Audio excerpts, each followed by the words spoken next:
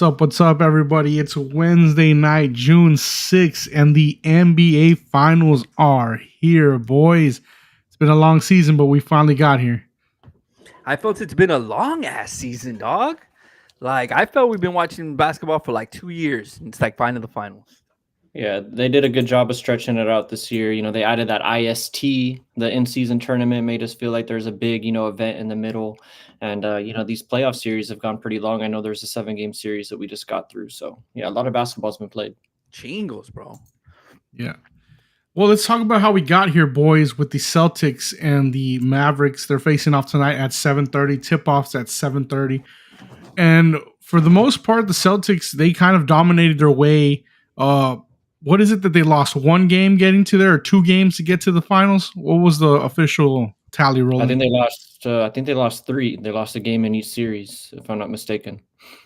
That's a fresh team, right? I mean, they were a luck box to get to the finals. Yeah, they're a fresh team, and I don't know if I kind of put it into the proper words the last time that we talked about the finals at the end of the last show. But what I was kind of getting at is the Celtics, their path to the finals has been somewhat, I don't want to call it a cakewalk, because they are going up against NBA players. They are going up against teams that made the playoffs, so they're in the top half of the league, obviously. But in each series, they have gone up against a team that was without their stars. Like they played the Miami Heat pretty much without Jimmy Butler. They played the Bucks without Giannis and Lillard. He was hurt for some of that series. And then against the Pacers, they didn't play the Bucks. It was Heat, Cavs, and Pacers. Okay, there we go. The Cavs. And the Cavs had some injuries. Jared Allen didn't play for a lot of that series. Yep. And then Pacers, what's his name went down?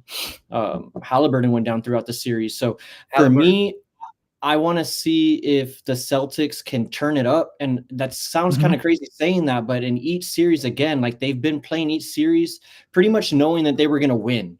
It was a foregone conclusion just because of their talent. And that's been kind of the thing for them all year. It's been a foregone conclusion that they were going to get here unless something crazy happened. You saw Kristaps get hurt, but even with that, they're still so stacked, and he's about to come back. We'll talk about that later.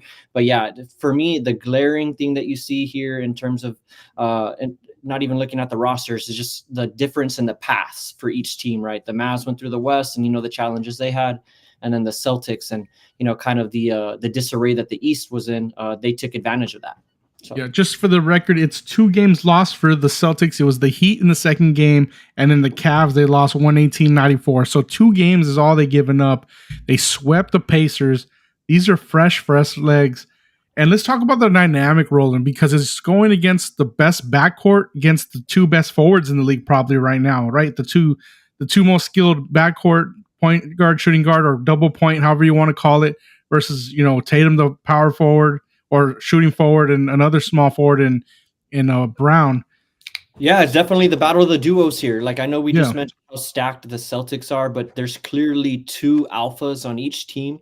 Jaylen Brown and Jason Tatum, the 2 J's, and then you got Kyrie and Luka, who have blossomed into probably, for me right now, the best duo in basketball. The way that they're playing off of each other, the way that you see Luka take over for some possessions, Kyrie kind of take a back seat, become more of a facilitator, and then vice versa.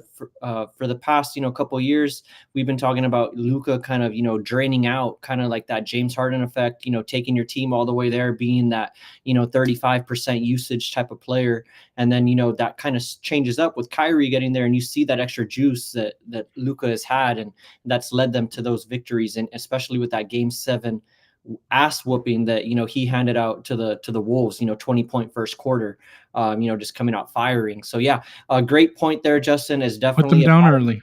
Definitely a battle of those 2 duos there, and let's see who prevails. One of them has been here before, and then the other one has somebody there for the first time, but they also have Kyrie, who we all know what he did in 2016. Ron, for you, are you excited for the battle of the duos in this finals? Does that get you hyped? Seeing a quote unquote super team built out here, and you got 2 good teams, playing it out here. Yeah, I mean, I'm super excited about it because you finally see different faces. We've seen Kyrie before, but Luka finally made it. What was the knock on him? Oh, he's never going to get there. He's like Roland said, he's James Harden. He's never going to get to the finals. Hey, now he has a shot. Jason Tatum, same thing. It's like you've gotten there, but you haven't gone over that hump. Lamar Jackson, NFL, getting to the playoffs but never making it, to the Super Bowl, the conference game. So it's put up or shut up for the Celtics to me. I don't think it's so much put up or shut up for the Mavs because Kyrie and Luka, it's better their second year, together. But it is cool seeing, duos. There's always the big three, and then there was always, the one-on-one situation, earlier back in the 90s. But to me, man, I think it's going to be an exciting finals. I have the Mavs winning in 6. I think they go in, and I think they actually win tonight. Out of the 15 games that the Celtics played, bro, they lost the spread in 7 of them. So you could say 50-50 them covering or not. Albeit the teams weren't great, but regardless of it, you're not doing what you're supposed to do. And I think that they can't do that against the Mavs. The Mavs just have this freaking cloud, I think, right now that they're walking on, man. I mean, everybody was talking about Ant Edwards. They came in, shut him up, won the first 2 games in Minnesota. Kyrie kind of has a little switch right now to where he's like, I'm turning it on when I want to, and I can chill and let Luka do his thing and rest and, be the coach on the court. I think the Mavs win the series. I think it's going to be exciting. I think it's great for basketball to see new faces, and I think it's going to be a long series, 6 or 7 for sure, hopefully in 6, because I got a little prop bet that it finishes in 6 games. I see. Nice. And Ron, you touched on something. I want to actually ask Justin what your thoughts are on this. In terms of the pressure, right? We have the Celtics. They've been here before, right? We just talked about what Kyrie's done, but the Celtics, they were up on the Warriors a few years ago in the finals. They ended up losing that final series 4-2. They lost it in 6. The Celtics have been here. They've been in the Eastern Conference Finals for what seems like 6 of the last 7 years or something like that. I know it's a pretty astounding stat. Pretty much since LeBron left the East, the Celtics have come in and take over. Who do you think has more pressure here? Is it obviously on the Celtics to come in and win that Larry O'Brien and break the tie with the Lakers and raise that 18th banner? Or is it on the Mavs here and Luka trying to quiet some haters? Or do you think it rests solely on the Celtics here? It's solely on the Celtics, and for a lot of reasons. It's not just because they've done it 7 times or 6 times. The history of that franchise is a winning franchise. They got 15 chips, 16 chips. They expect championships, and Tatum is the guy right now. And the fan base definitely wants a title. And if he can't deliver, they're gonna, Boston fans are notorious. They're gonna let Tatum know. What kind of type of fans they are. They're, I don't want to go too into detail what type of fans they are, but they're hard on their players. So for a lot of reasons, it's going to be the Celtics having the most pressure here. Okay, I buy that too. I think all the pressure is on the Celtics in this series. I think the Mavs are kind of playing with house money.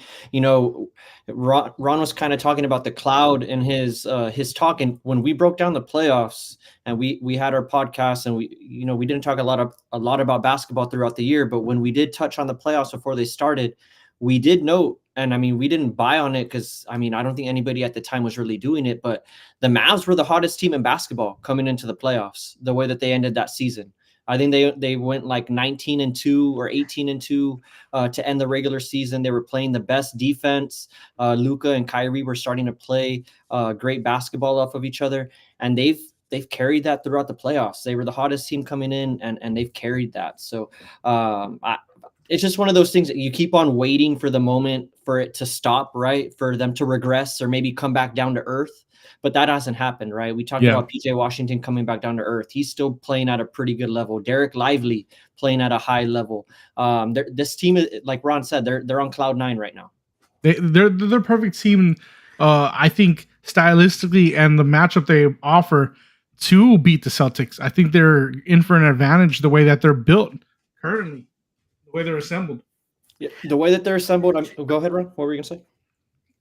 I was going to say that the bigs to me are going to be a big story here, but not for what we thought against the Timberwolves. Hey, man, I was one of those guys who was like fucking Cat and Rudy Gobert are going to eat because Lively and shit, you just said his name right now. The bigs for the Mavs are like Gafford. They're young, they're inexperienced, and what did we see happen? They stepped up. They're getting alley-oops like it's the Clippers back in the day, with Chris Paul and Blake Griffin. Yep.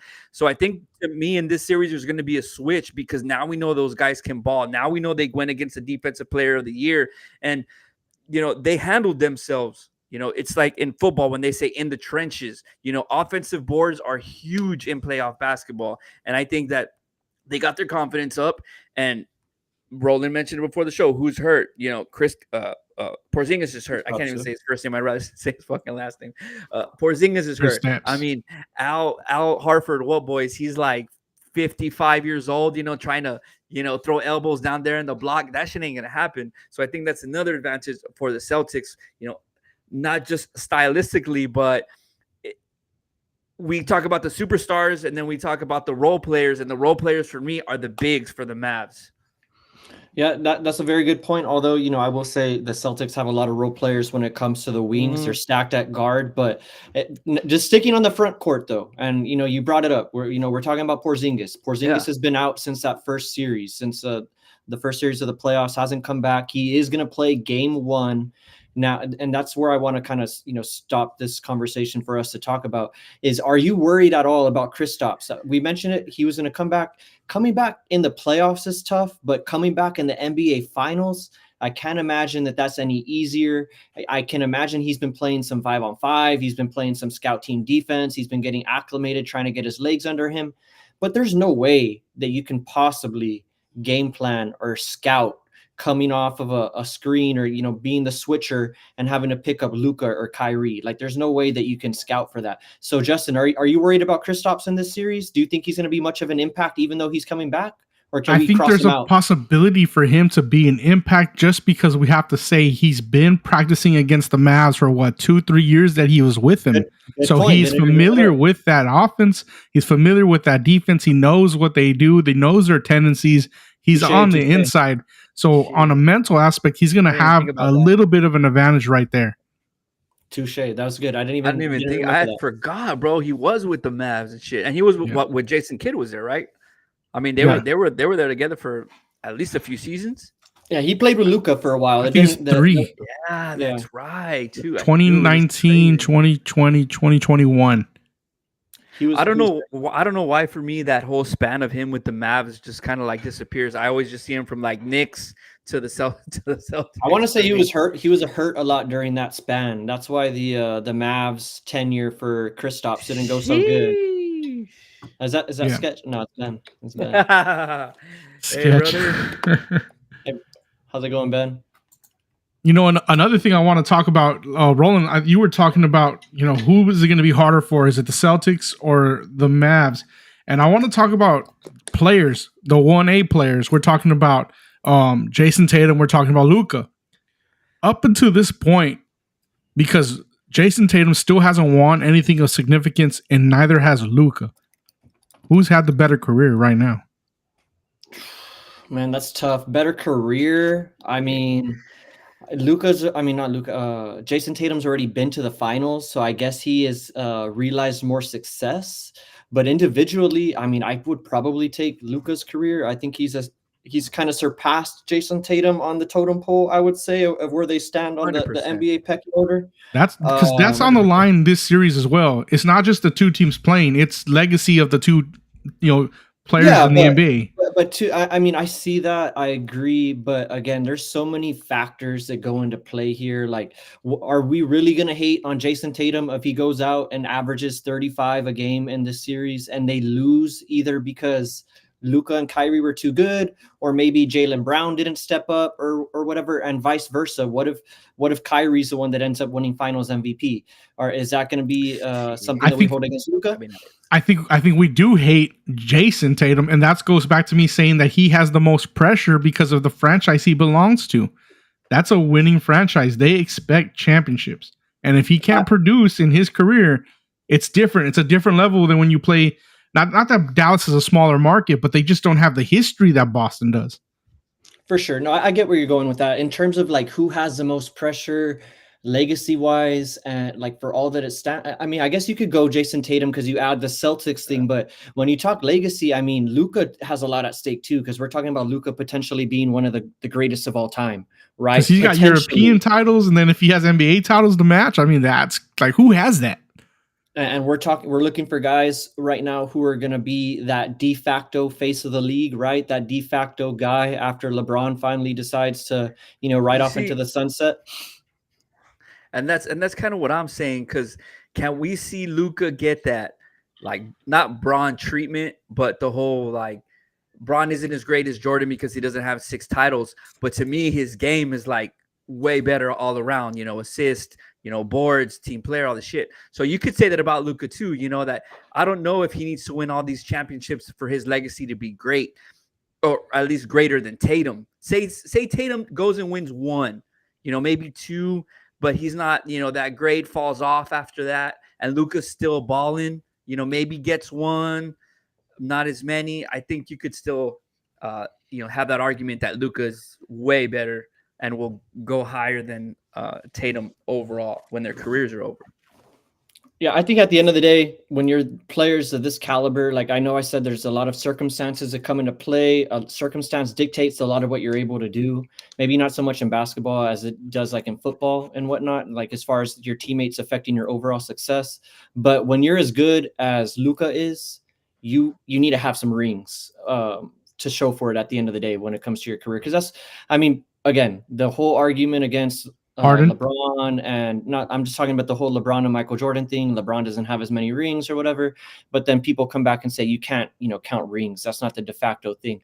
But when you're talking about overall picture, your overall legacy, it's important. You want to have rings. So that's why you play. You play to win the game. You play to lift the Larry O'Brien trophy at the end of the day. And I'm interested to hear Ben's take on this. I'm here for the AFC South breakdown. We're still you're a few weeks early. You're a few weeks early. We're brother. still talking about the Mavs. You're a few weeks early. Yeah, brother. we're talking about Luka versus Jason Tatum and who's got the better career up to this point. Yeah, first of all, all 3 of you have already mentioned James Harden in this podcast. I feel like a real proud father, coming in, and all 3 of you are already mentioning Harden. But going back to this, if the Celtics don't win this championship, Tatum's never winning a championship in Boston. Like, let's just cut the bullshit. Great point. Easy path, rested, Mavs team of, Luka and Kyrie. It's not, the Nuggets. It's not a monster, right? This is 2 new teams. If he doesn't win now, for sure Joe Mazzulla's getting fired if they don't win. But the pressure's on the Celtics. Justin, earlier you were asking who the pressure was on. Pressure's on the Celtics. That's what I said. The Mavs, I think, internally, and maybe some of their fans, this was the vision. I think they overachieved. I think Western Conference Finals, nobody had them in the finals, aside from Camara that's been in the comments all season.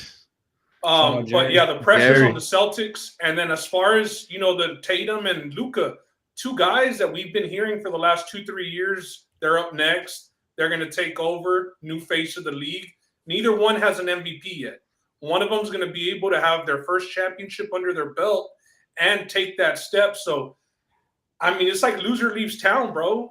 Good thing we get to find out, straight up. I know, right, Luka's the favorite right now, but, if Tatum comes out and wins, he picks himself back up to where he was 2 years ago, where everybody was saying he was, in the gym with Kobe, and how he looks up to Kobe, and he was going to be the face. So pressure's on the Celtics, pressure's on Tatum and Brown. They're both paid. They got Porzingis. They got Holiday. If they don't win now, they are never winning with that core of Brown and Tatum. The only thing I'll say to detract from that is just that they'll probably get back there again because the East is not that good regardless. Yeah. Regardless. But it's not going to get easier though, Roland. It's like for sure. Yeah, this is the easiest. This is the easiest that it's ever going to be for them to get through the East for sure. They're up against the 5 seed. And I know that the West was a gauntlet or whatever, but it's now or never, bro. And Brad Stevens might have to come back down from the press box and back to the sidelines. Might come down mid-series. He's done a great job building the team, bro. And for both teams, y'all were talking about the injuries the Celtics have dealt with.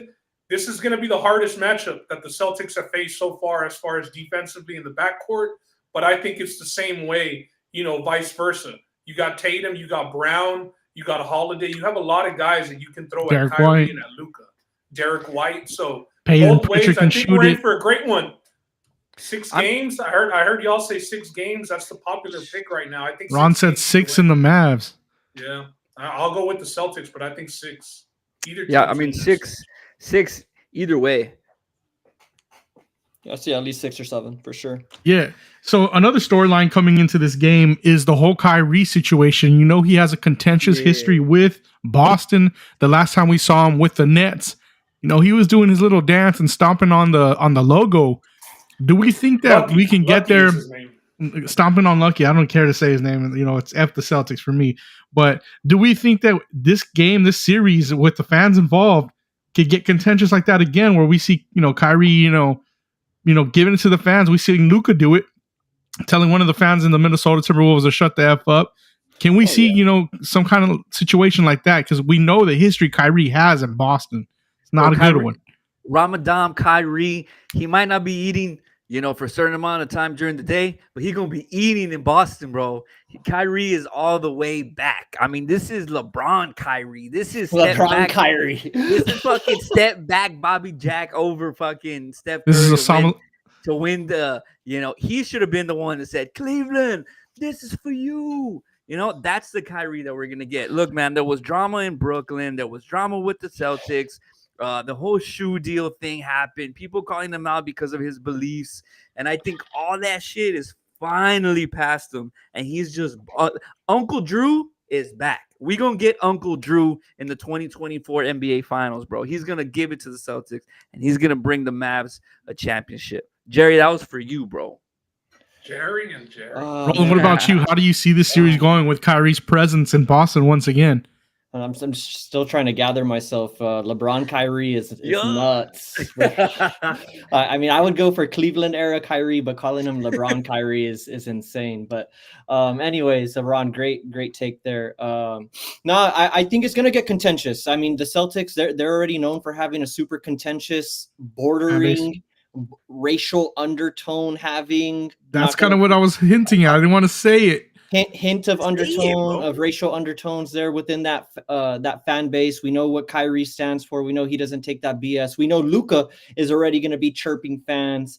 So yeah, it's going to get contentious. But at the end of the day, the Celtics fans are not going to say anything. At the end of the day, Steph Curry walked into that building and he was shit talking them all day, and they didn't do anything about it. So the Celtics are soft. They won't do anything. Yeah, but you know, Curry's got the baby face and he's halfway there. You know what I'm saying? I mean, it's a different thing. Ben, what about you? How do you see it going for Kyrie? The sage is out. You know, he's the court. The one thing for Boston fans, I will say, you know, El Prez Portnoy won't be in attendance today. He'll be in attendance Sunday. So I expect it to be. How'd you get that insider detail? No, I listen. It's Saratoga weekend. But it's a feel out. This is like the first round of a championship fight. You're going to feel each other out, figure out the defenses. I think we see a lot of points today, actually. I think that, you know, both teams are going to be pretty efficient, and then the adjustments will start coming, you know.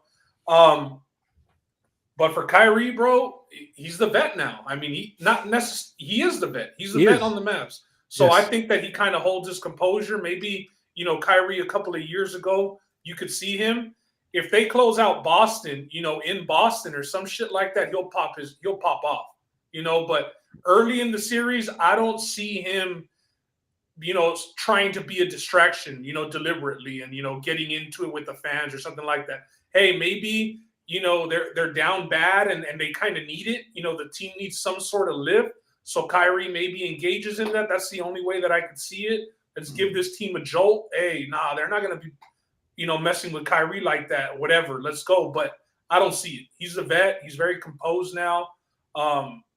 It's badass. I sent a tweet into one of our group chats earlier today about a story about how Kyrie kind of grew up and got recruited to Duke and then ended up in the NBA by one of his dad's teammates back in the day. So pretty dope, bro. But yeah, Kyrie, I agree with Ron. All that stuff is past Kyrie. I mean, we remember Stephen A. Smith, everybody in the media kind of shitting on the guy. Yep. I think we're well past that, and his kind of role is now not only is he, you know, Luka's countermate and, you know, OG, big two, but maybe also, almost his equal even. Yeah, but he's also the vet on the team. Yeah. And, you know, he's made some big shots for them at the end of games as well. You know, Luka definitely put Minnesota away early in that game 5, what it was, but when the games have been tight, they've been going to Kyrie in the clutch, and he's the vet. He's that guy on the team that's got to be even keel been there, done that, and so no, I don't expect him to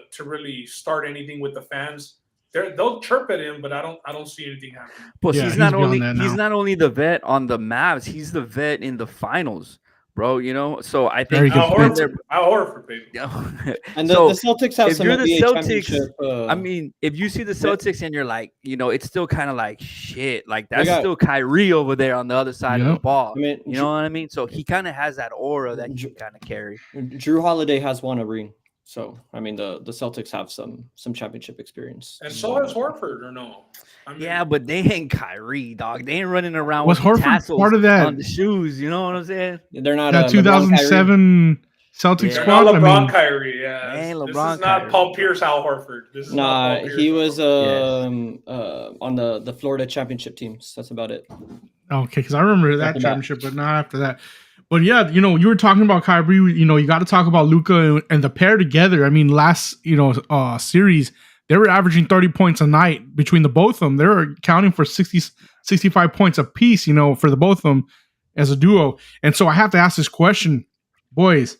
You know, it's been asked all week. Whatever channel you turn it on, they've been debating: is this the best front court, the best skilled front court or back court in NBA history? I mean, I wouldn't go NBA history. I mean, the people want to, thread the needle and use the word, skilled. Is this the most skilled? Like people would say, is Aaron Rodgers the most skilled quarterback of all time? Is he more skilled than Tom Brady? It's like, get out of here with that. Like you can't put them over the likes of, Steph Curry and Klay Thompson yet. Right now, are they the best backcourt duo in the league? I would say yes. I think they're playing the best, but of all time, you got to get some hardware to show for that. What about you, Ben? What says you? Are they the most skilled backcourt in NBA history? Yeah, Or are you with Roland that it's got to be the hardware? Roland said for like the nerds that do that skilled thing and kind of try and differentiate like that. Like, I mean, we're also talking about, does Luka need a ring to live up to his legacy, and then we're also calling him the most skilled backcourt. I think that's a little overreaction. If they win the title, they're definitely up there. You can even throw them into the all-time shit because now they got a chip. But let's give it a week and a half, 2 weeks, maybe have this conversation again. A little bit premature, Justin. A little bit premature. No, I don't think it's premature. It's Very been talked premature. about Very premature. on every channel you switch to. So, Very. I mean, why wouldn't we talk about it too? I mean, it's sports. But if We're going we're to talk talking about all sports. time, like, bro, you Okay, know who else? Who else? You know I hate the Warriors, dog. Steph and Clay have like 5 rings. What are we Skilled, even skilled, talking no about, way. dog? Skills though, like we're talking about Yeah, the the best. most skilled shooters. Oh my god! Yeah, Well, yeah. It's just yeah, people. like, It's just people okay, making new so you're definitions. record for most wins in an NBA regular season as a team. Like, dog, they so have you're too saying, much. so you're saying with 3 minutes left in the game or 2 minutes left in the game, whatever it is, you could just throw the rock to Clay and be like, here, go score.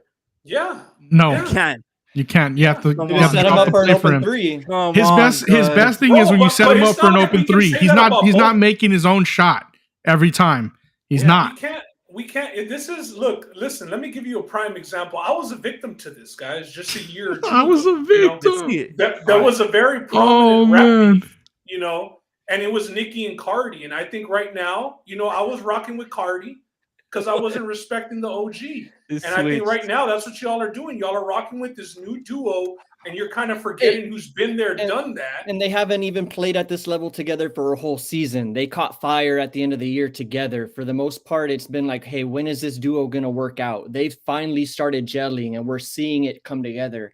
And people have seemed to forget about the first half of this Kyrie and Luka experiment. It hadn't been working until now. Didn't they miss the playoffs last year? Yeah, so, or they were. Yeah, but everybody was hurt and they weren't like all put together well, dog. Excuses. Okay, so let's just do real quick. What other backcourts would you say? I mean, LeBron, Wade, right? Definitely over them. Okay, Easy. no, I'm saying who I see else? LeBron's a Like, forward. what- He's not part of the backcourt. Is that Okay, so that doesn't even count then, technically. Yeah, if you you're wanna talking go there. about duos like who else? Then? point Look, guard, shooting guard. all so I'm you saying wanna- is just who else? Like just Harden let's and just Chris let's Paul, just bro? Pretty much let's did just what these switch- guys have done so far. let's just spitball options is all I'm saying. Yeah, because if I we're mean- doing duos and you can put Jordan Pippen and people like that, and they don't fit into this category, I'm talking about pure backcourt. But I know, guys, but they haven't done anything just yet. Like they're on a run this year. Like they've made the playoffs 1 year, and we're already trying to like put them in the debate for best backcourt. Like, Did CP3 and Harden never go to the finals or no? Honestly, I just don't know if they did. I they think came up 1 game shy of the finals. So no, just say no, they didn't. But when we're Try to make that nicer, but it's not. They still didn't get there. Okay, they got to Game 7 of the Western Conference Finals, but they're not even close to that. Look, if you guys wanna, Justin, just so you can keep that. No. Just so Ron. Remember, I'm just asking the question, Roland. Let him go. Just the question. Let me talk, please. Okay. Anyways, just so you guys can stay happy, and just by the rules of semantics, best 1 and best 2, and Luka's not even technically a 2 if you want to go and be like that. Honestly, he's more of a 3 or 4 if you really want to be honest where he lines up, and if you see him on the depth chart at any given time, it'll probably be at the 3 as a small forward if you want to actually go and be like that, Justin. But the 1 and 2, I still take Steph and Clay over Kyrie and Luka, but best 1 to 2, like guys who can take off of each other, I can give you that. I don't think there's another setup that we've seen where you have a guy as good as Luka at a point guard or whatever position you want to have him, and then you have a guy like Kyrie who's just as good, if not better, and can take up, and you're not losing any slack. But I'm not even listening to that argument. If you want to, like, in your own little world have that, that's fine. But if we're in reality, best duos, you got to look at all the duos that have played. Kobe, Shaq, you got to look at Michael. That's a whole different conversation, though. Duos is different. And now, if you just want to, get somebody a medal, like a participation trophy, like you're just handing out right now. That's what they want. The best 1 and 2, Luka and Kyrie for sure. It's like if Kobe had a point guard who was like just a killer assassin as he was. Smush Parker, Derek Fisher. Nah, fool. Fisher was the one hitting the shot with 0.4 against the Spurs, right? Yeah, that's turn around. You could throw the ball to Derek Fisher at the end of the game, right? And be like, yeah, but Derek Fisher wasn't the most skilled on either side of the ball, so we can't put him in there as the 1-2. It was just for the backcourt, and it was a fun conversation. I think it was fun to have with everybody's wives. A good troll job. Parker and Ginobili. You see, that's a good one too. That's fucking solid as fuck right there.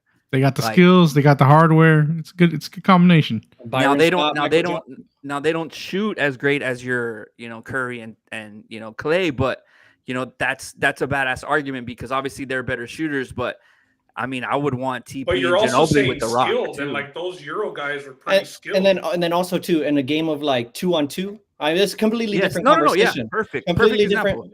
Yeah, now you're talking just straight duos. But just a straight 2-on-2, I mean, it's hard for me to take somebody else over Luka and Kyrie just at those positions, right? Like it's pretty tough. But I guess let me ask this, Ben, you've been on the Celtics this whole time, or you're on the Celtics partially, because you don't want Luka to get that championship. But what duo do you trust more? I know you Harden just and off. who? No. I'm talking if you choose the 2 series. In the series. Harden and Kyrie were together. You imagine? In the series, Jaylen Brown, Jason Tatum, or Kyrie, Luka? The 2 forwards or the 2 guards? It's like if we're asking and it's the answer, Roland, is the Celtics, because if we're asking who's the best player on the court, I think the argument probably leans in Luka's favor. And then we ask who's the second best player on the court, and then you might be debating between Jaylen Brown and Kyrie, right? So it's the Mavs do have the upper hand there. But the fact that we talking about them playing together, I think the overall team, the Celtics are just a better team. I do believe that. Like when you have guys like Derek White and Holiday that are up there with Tatum and with Brown, like the drop off. I know PJ Washington's been playing out of his fucking mind. Derek Lively's been going nuts. But it's a pretty big drop off after Kyrie and Luka, and it should be, right? I mean, that's cream of the crop. But the Celtics just are more well-rounded, and like the drop off from them is just way smaller tiers, I feel. So I'll go with Kyrie and Luka for the sake of your question as who you would think you can trust more, but the overall team, I think the Celtics are rightfully favored. And that kind of takes me to like the next thing I wanted to ask is just there's not a world because right now I think the Celtics they're rightfully favored. They should be the team that everyone is putting their money on, rightfully so, to win this series. I think they should ultimately end up winning this series. But what I'm asking is, do you think there's a world that the Celtics win with Jaylen Brown having an off series, Jason Tatum having a 17 point per game series, playing off, but they have that stacked roster that you just talked about, and they can make up for it? Or do you think that these guys need to be at the best of their games for the Celtics to win the series? Because I think it's obvious for the Mavs. There is no world that the Mavs win without Kyrie and Luka both playing exceptionally well for the majority of the series. You can have a guy have an off game, but they both need to be at their A games for the majority. Do you think that's the same thing for the Celtics? I think, and they've shown it, although having the easier route, Tatum's had pretty bad series. Yeah, he has. You know what I mean? Like, he hasn't really been good until he was good, game closeout 3 or 4 of the Eastern Conference Finals. So the competition is way different, but I mean, it's just easier to pick him up when you have champions like Drew Holiday, Derek White is in there as well, playing really well. So I don't. To win the championship, they can. They've been doing it to get by decent to good competition. To win the championship, no.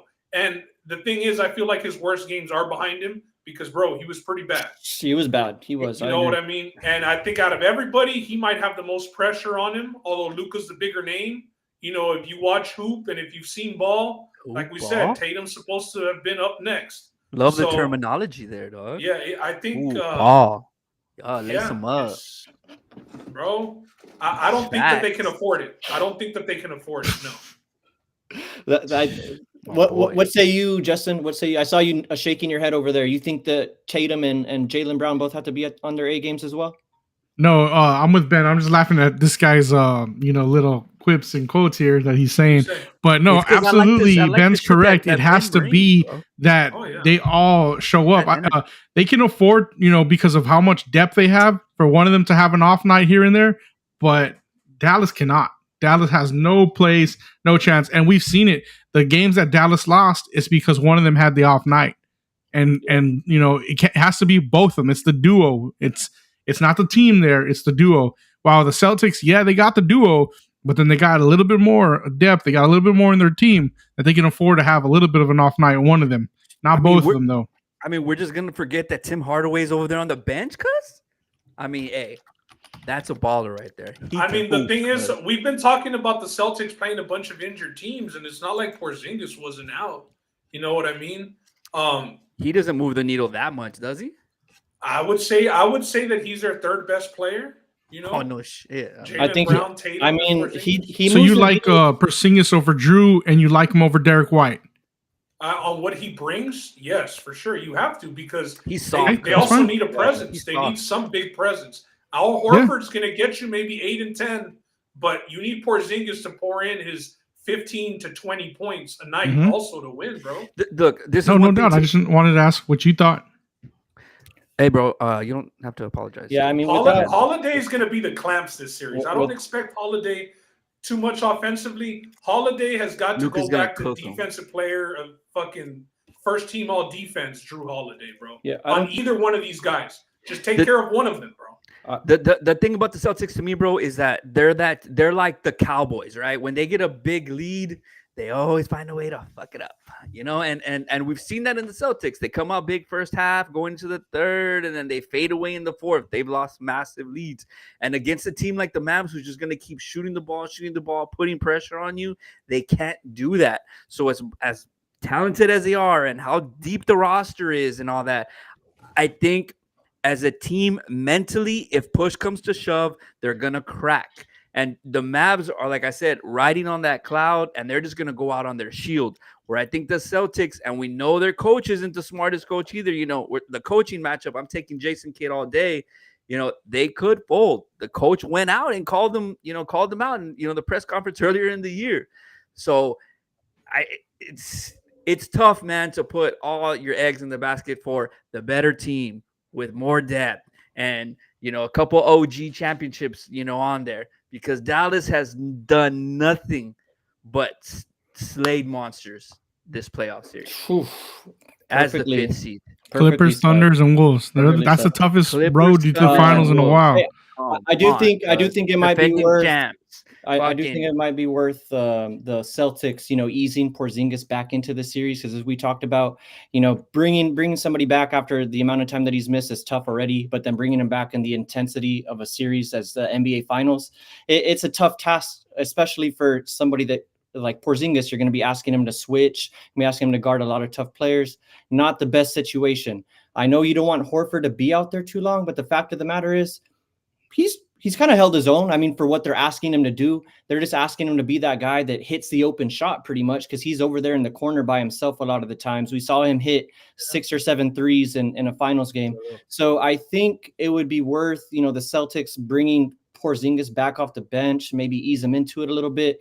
But I do think at the end of the day, they do need him. He's not necessarily somebody who's going to move the spread, move the number a lot too much. But once if he's out of the lineup, I mean, it gets pretty thin there for the Celtics. And I mean, you just don't want that. You want to be at full strength. It's the finals. For sure. Hey, with that, what do y'all say we end it with predictions? Get out of here. We're about to tip I didn't know it off. was about to tip already. Alyssa's already eating dinner. I'm like, fuck, smells good. Let's go. Hit us, Ron. Mavs in 6, baby. Hey, shout out real quick to Ryan Johnson. He knows the Alan Ben from AT&T. He was our boss. He had a brand called Purely Rooted, and he made like a Spurs shirt. This was back in 2012, right? It here. looks like you just copped that off the internet, bro. I took this off the I took it out the closet, bro. I dug deep into the fucking closet for this one. So he put this is the old school Maverick sign PR for Purely Rooted. I had to take this out, dust the cobwebs off. Mavs in 6. Luka MVP, but hopefully Kyrie gets it, because Roland told me to take him for MVP. Who you got, Roland? Man, I got the Mavs game 1 personally. I think they're gonna come out and keep it close. But series, the Celtics, they got to win it, man. They're the better team. They're the better roster. They have the better role players. This is what they've been playing for all year. Even though I'm worried that they haven't been able to turn it on, or that they've been kind of just, coasting their way there, they should have enough to get it done. So give me Celtics let's make it a 7-game series. Nice. Justin? I can never choose the Celtics, brother. So it's the Mavs, and I'm going to do the Mavs in 7. 3-0, baby. Oh no, 2-1, 2-1. Kyrie should end the series stomping on Lucky, according to you. That's what I want to see. But everybody, I mean, Ben, give your take. And then I'm gonna go with the Celtics in 6. I do think that they win tonight. Trends just not pointing the Mavs' way tonight. I do like the Celtics, and I like the overs today. But I got the Celtics in 6. There we go. And all I was going to say is, guys, we're just kind of biding time until, the inevitable happens and Wemby takes over the league. So hopefully this time next year, it's a little bit of a different conversation. When are we gonna get to hate on Caitlin Clark before we get out of here? Why would we hate on her, bro? I mean, doing it. I thought we were gonna do it too. I think a lot of it, honestly, a lot of it is W. A lot of it's gaslighting, honestly, on both sides. A lot of it's gaslighting, the haters on the girls, and the girls gaslighting kind of what's happening. I don't know if you guys saw what happened with the Chicago Sky, but news broke last night. It was breaking news that they were harassed outside of their hotel. And I saw that video. That's not harassment. And that they weren't able to get in. They were being blocked off the bus. They were being harassed. That's not right. All the players were tweeting. That's not right. All the players were tweeting, "Gosh, can't even get off the bus. This is terrible. This is terrible." And then the video comes out, and it's literally one guy with his camera like 10 feet away asking that Chennedy Carter girl questions, who, by the way, is actually not that bad. I watched the Sky versus the Liberty play. For whatever reason, don't ask me why. I might have had something on the Liberty second half, but we haven't had NBA in 7 days, so you're probably. And she's not that good either, though. This is her third team. Yeah, but she's not terrible. And she's been kicked off 2 teams, so it's not the greatest situation either. I think she's leading the WNBA in bench scoring. So I mean, she's not terrible, is what I'm saying. She's not like a Joe Blow, like barely like making the roster. She's not that. She's definitely better than that. For sure. But a lot of it's gaslighting on both sides. That sounds like stalker behavior. Bro, this shit's like Kendrick and Drake clout chasing with that beef. This is what the WNBA is doing. Like, okay, we finally got a star. Let's like clout the hell out of it and drop all these fake articles. But hey, it's working. I mean, they're making money and everybody's talking about it. So they're not fake. Hey, we'll close the podcast with this, bro. My two 50-year-old uncles that I'm in a WhatsApp group chat with, they just shared a YouTube video in there. My uncle from the Valley. And shout out to one of our listeners. He didn't join us today, but it was a video of Big Reenie straight out of Mission. So that's hilarious that they're just finding out about that video. Let's go. Hell yeah. Funny. They're on a different time. Great show, bro. Let's go watch this NBA Finals game. I'm ready. All right. Peace. LeBron, Kyrie.